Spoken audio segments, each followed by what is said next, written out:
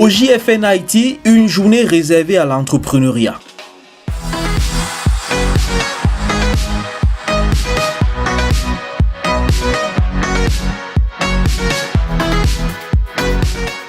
Le 16 janvier 2022, le JFN Center, l'incubateur et accélérateur d'entreprises de cette université technologique, exhibe ses premiers ambassadeurs. C'est la Business Plan Competition.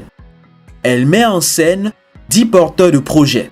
Ils forment la première promotion du MBA en Impact Entrepreneurship, un programme déployé grâce au partenariat que cette université camerounaise a avec la Fondation IFO Impact, une organisation créée par l'Université catholique Sacré-Cœur de Milan en Italie. L'épreuve qu'ils passent aujourd'hui fait partie de leur évaluation. Ils doivent convaincre le jury de ce que les projets d'entreprise dont ils sont porteurs peuvent naître et grandir dans l'environnement camerounais. Alphonse Nafak, président du JFN Haïti et non moins administrateur directeur général d'Afriland First Bank Cameroun, préside le jury. Dans ce panel, on retrouve d'autres cadres de banque, mais aussi la déléguée régionale des petites et moyennes entreprises de l'économie sociale et de l'artisanat du littoral, Marie-Berthe Balangono. Également présente dans le jury, la directrice du Bureau national de mise à niveau, Chantal Elombat.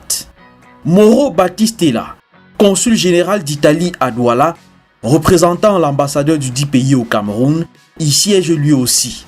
Tout comme son compatriote Gianpaolo Vitale, directeur financier de Socomar, la société camerounaise d'opération maritime et filiale de Grimaldi, multinationale italienne. Enfin, il y a le professeur Altante Désiré Biboum, agrégé des sciences de gestion et directrice adjointe de l'École supérieure des sciences économiques et commerciales de l'Université de Douala. C'est le moment venu où ceux qui sont en paix avec l'idée de projet peuvent, n'est-ce pas, présenter à cette assistance le chemin parcouru.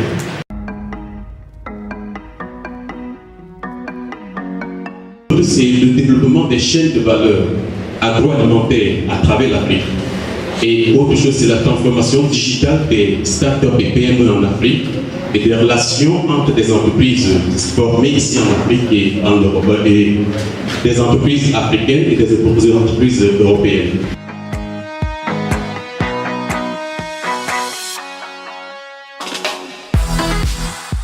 Flavien Tchamdieu, directeur Afrique francophone de la Fondation IFO Impact et responsable de ce MBA au sein du JFN Center, précise les règles du jeu.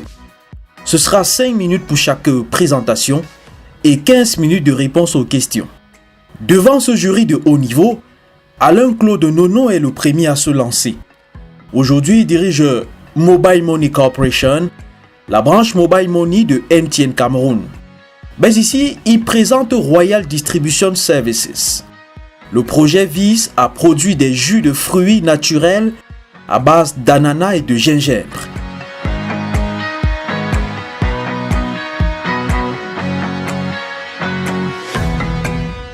Deux espèces végétales qu'il faudra cultiver sur de grandes surfaces. Et notre proposition de valeur consiste d'abord à produire du gingembre, de l'ananas sur une superficie qui ira jusqu'à 115 hectares sur les 5 prochaines années, à partir de 35 hectares cette année, une capacité de plus de 1500 tonnes dans 5 ans par rapport à 550 tonnes que nous visons en 2022. Et pour ce qui concerne la partie jus de fruits, aller assez rapidement sur plus de 4000 bouteilles par jour et avoir un réseau de près de 800 points de vente dans 5 ans, en commençant par 70 points à peu près cette année.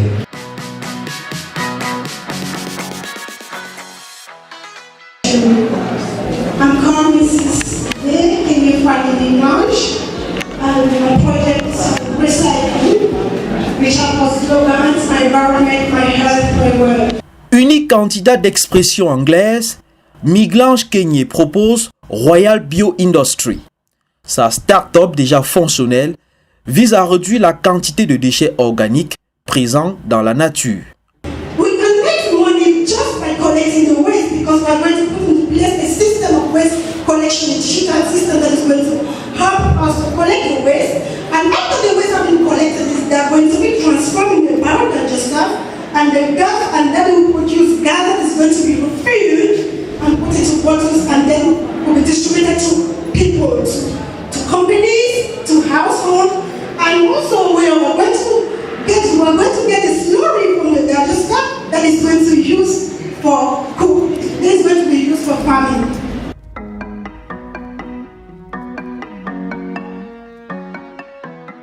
L'objectif de Royal Bio Industry, explique Miglange Kenyé, est de parvenir à transformer 300 tonnes de déchets par jour pour produire 3000 mètres cubes de gaz domestique, mais aussi de l'électricité et des fertilisants biologiques.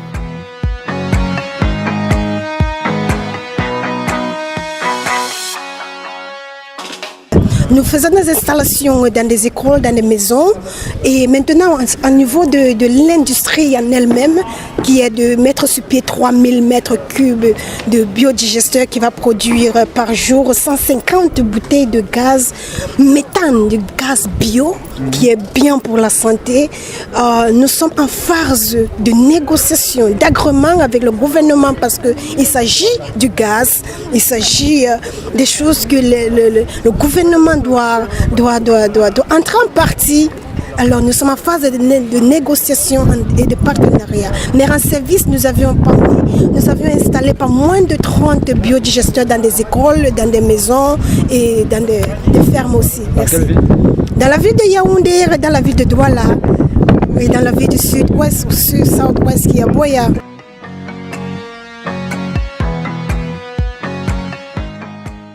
Un projet que le président du JFN Haïti juge alléchant. Alphonse Nafak pose des questions sur la possibilité d'installer le système décrit par la candidate au niveau des résidences universitaires de JFN Haïti, ici en chantier.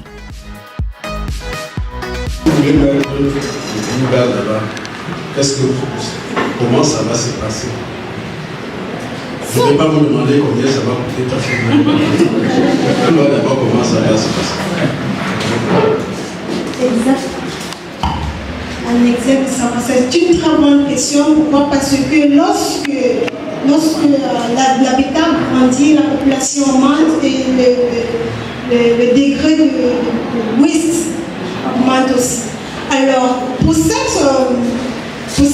bâtiment, nous avons besoin soit de canaliser des wastes des toilettes pour produire du biogaz et en ajoute les déchets de cuisine. Parce qu'il y aura des repotoirs, donc on pourra les canaliser et puis produire du gaz qui pourra servir aussi à l'électricité.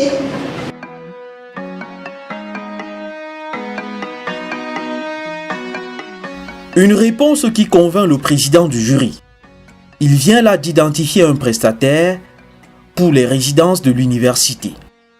Autre projet qui séduit particulièrement le panel d'évaluation, celui de Yannick Mvondo. PMIQui qu'il présente est une solution de finance mobile qui propose de s'installer sur un segment non couvert par les opérateurs du marché national. Aujourd'hui, il y a la fausse monnaie. Même nos amis de la banque parviennent encore aujourd'hui à se tromper tellement les faussaires font du travail assez, je ne vais pas dire excellent, mais ils font un travail assez étrange. L'insécurité et aujourd'hui les données personnelles des utilisateurs rien que sur la base du téléphone sont exposées. Avec votre numéro de téléphone, on sait qui vous êtes.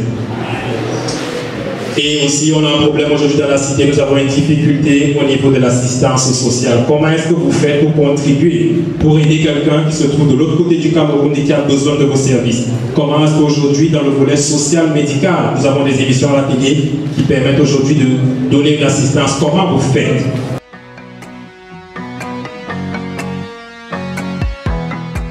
La réponse aux problématiques posées par Yannick Mvondo, c'est cette application mobile déjà sur le marché. PMIQui bénéficie d'un partenariat avec MTN.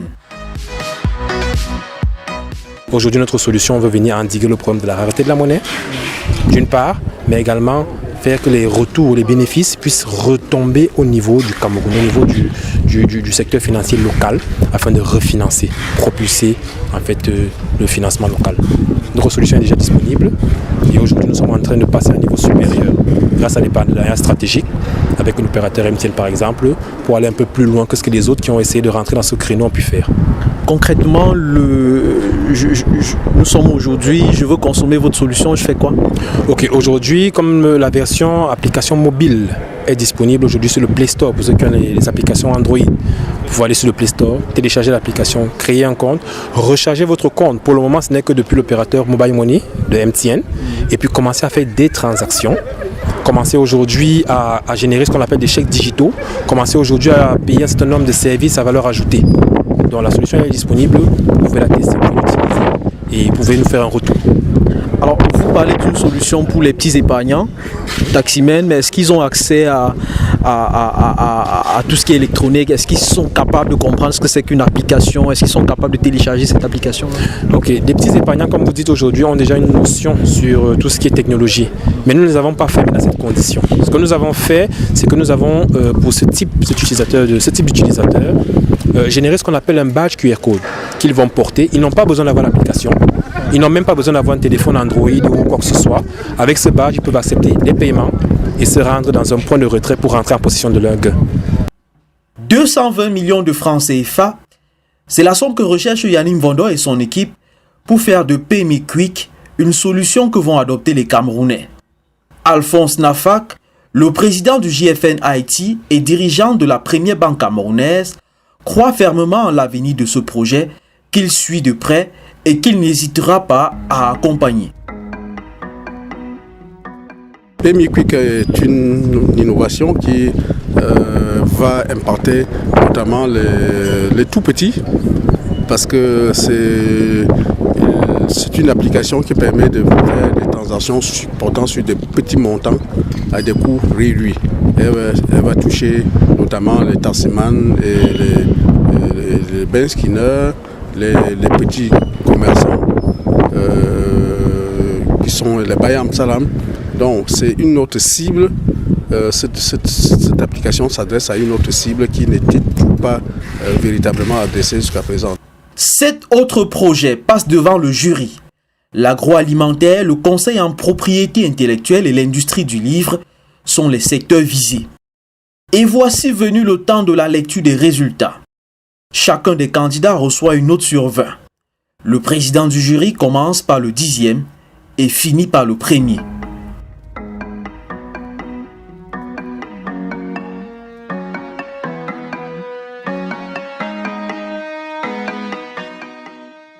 Deuxième, M. Mvondo Yannick. Enfin, première, Fanny Kenyé.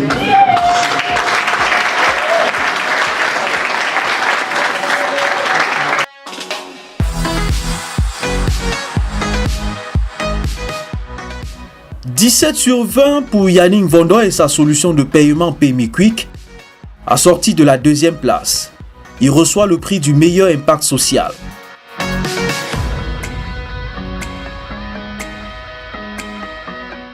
18 sur 20 pour Fanny Miglange Kenyé, qui a séduit avec sa solution de production du biogaz et de l'électricité à partir des déchets organiques. Elle reçoit le prix du meilleur potentiel de croissance. Des critères essentiels ont permis de départager les 10 candidats au MBA en Impact Entrepreneurship. Les candidats ont été validés sur 4 critères importants. Donc, c'est-à-dire, ils ont été validés sur la désirabilité. Ça veut dire, est-ce que ce projet-là a un marché? Ça veut dire, est-ce qu'il y a un potentiel dans ce projet? L'autre deuxième critère, est-ce qu'il y a une forme d'adéquation entre le produit et le marché ou bien entre le service et le marché?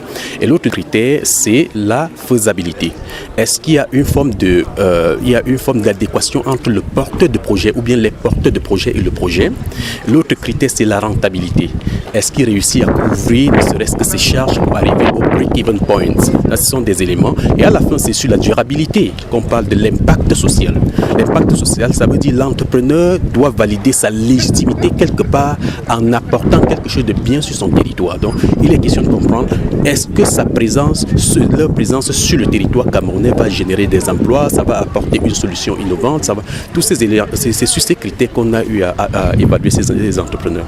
Pour le représentant Afrique francophone de la Fondation IFO Impact, il faudra désormais travailler à la visibilité internationale des deux projets ainsi distingués. Il y a d'abord la visibilité. Parce que nous, en tant qu'organisation, nous sommes un réseau à travers le monde, à travers l'Afrique. D'abord, au niveau de la visibilité, tous ceux-là vont être placés au niveau des réseaux sociaux comme au niveau de nos plateformes en tant que champions, en tant que premiers. Et on les met aussi en contact avec des investisseurs de notre réseau. Il faut aussi comprendre que dans notre réseau, nous avons près de 150 investisseurs qui sont intéressés au projet qu'on est en train de mettre sur pied.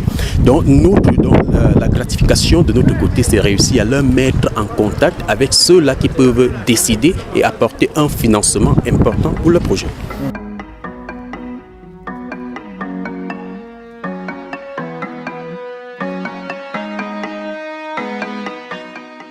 Le président du JFN Haïti précise que les candidats repartiront sur le terrain pour améliorer leur projet afin d'obtenir leur MBA.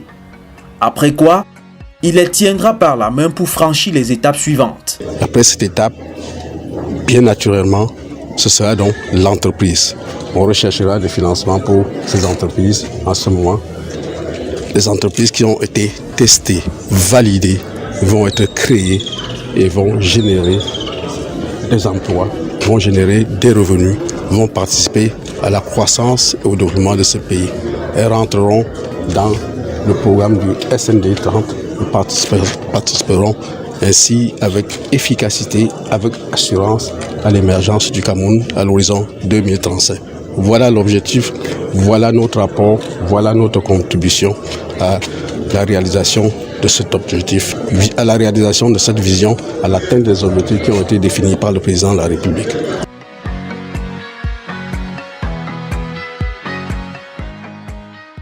En tant que membre du jury, la directrice du Bureau national de mise à niveau du Cameroun dit avoir particulièrement apprécié les projets agro-industriels.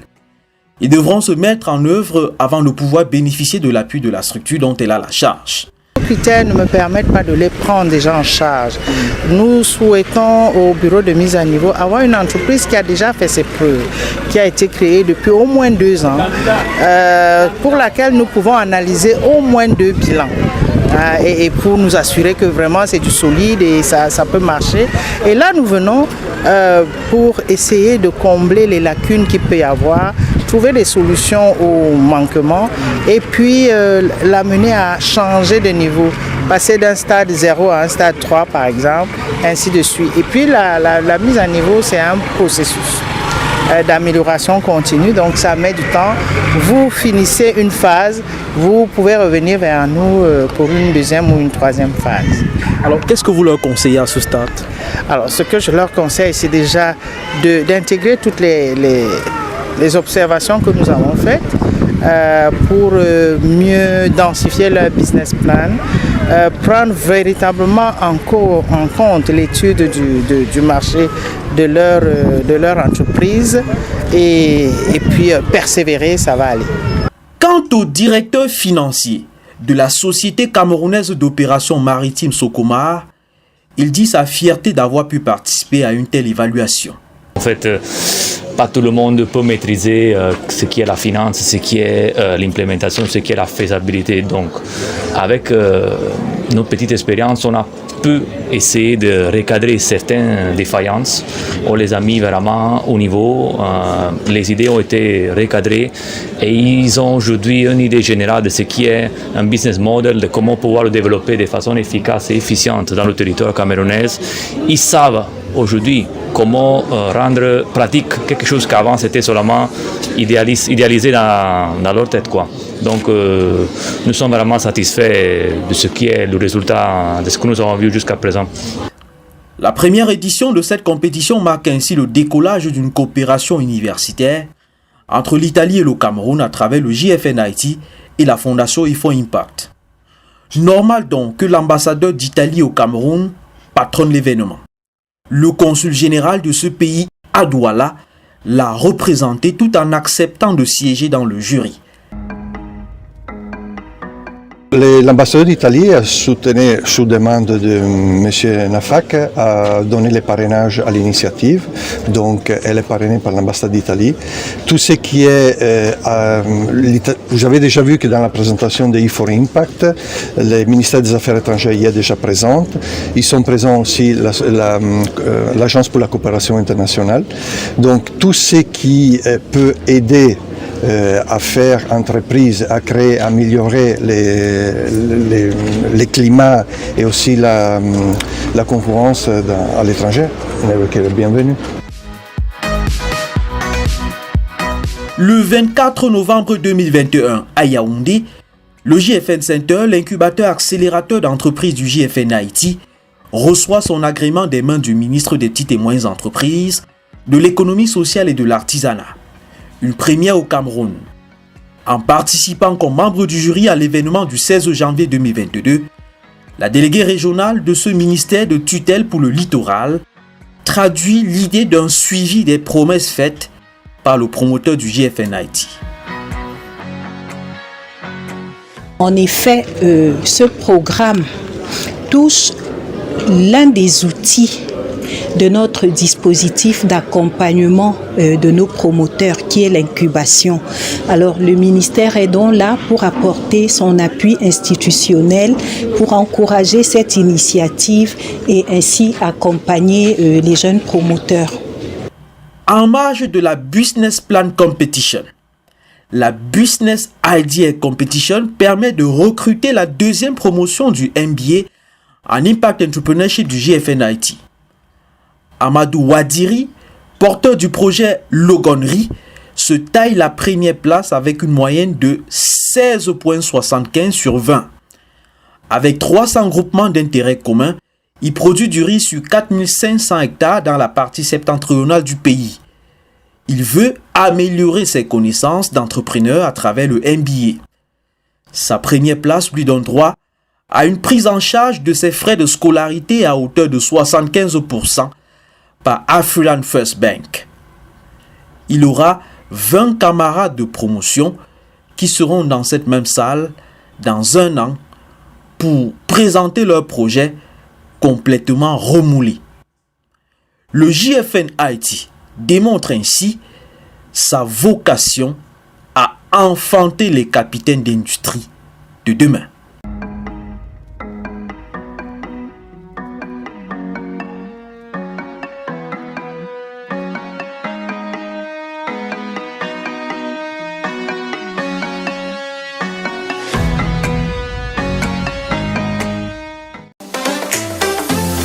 Vous aimez la science, vous aimez la technologie, vous aimez l'innovation, abonnez-vous à Afrique Université TV, une initiative panafricaine de l'Agence universitaire pour l'innovation.